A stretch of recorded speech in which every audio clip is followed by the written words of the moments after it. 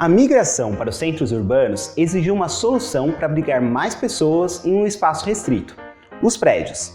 Os recifes de corais são como as metrópoles do oceano, e os corais, os nossos prédios. Os corais formam um esqueleto durante seu crescimento, que deixa o ambiente mais complexo, tridimensional, criando espaços para outros animais viverem.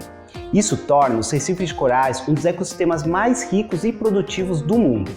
Apesar de cobrirem menos de 1% do oceano, eles são responsáveis por cerca de 25% de toda a biodiversidade marinha. Meu nome é Silas. Meu objetivo é mostrar para você o quanto os recifes de corais importam e como a destruição desses ambientes pode impactar diretamente não só a sua vida, mas as futuras gerações. Para se ter uma ideia, cerca de 1 bilhão de pessoas, mais ou menos 1/8 da população mundial, vivem em áreas influenciadas por recifes de corais. Eles também são fonte de importantes contribuições da natureza para as pessoas, como a pesca, turismo ou a proteção da costa. O princípio ativo da citarabina, usado no tratamento do câncer, foi descoberto em uma esponja de recife de coral. Estima-se que esse ecossistema provê bens todo ano que valem 11 trilhões de dólares.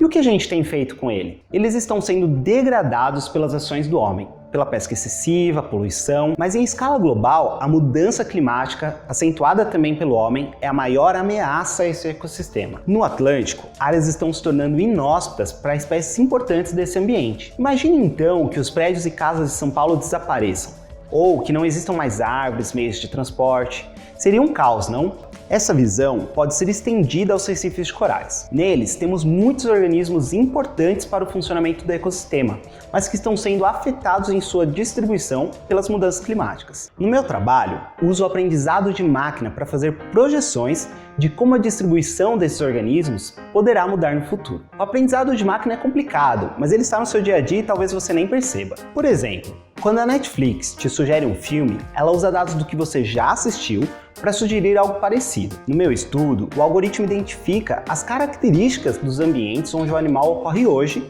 para prever se esse organismo irá desaparecer daquele local ou invadir outros no futuro. O foco da minha pesquisa são espécies-chave, que são responsáveis pelo equilíbrio de todo o ecossistema. Como eu falei no começo, os recifes de corais provêm benefícios essenciais para a humanidade e sustentam uma riquíssima biodiversidade. O meu e o seu desafio é garantir a proteção desse ecossistema hoje e para as próximas gerações. Você pode ajudar a proteger os recifes de corais com melhores hábitos de consumo e práticas que contribuam para a diminuição das mudanças climáticas, como o uso de transportes alternativos. Vamos juntos cuidar do oceano. Até a próxima!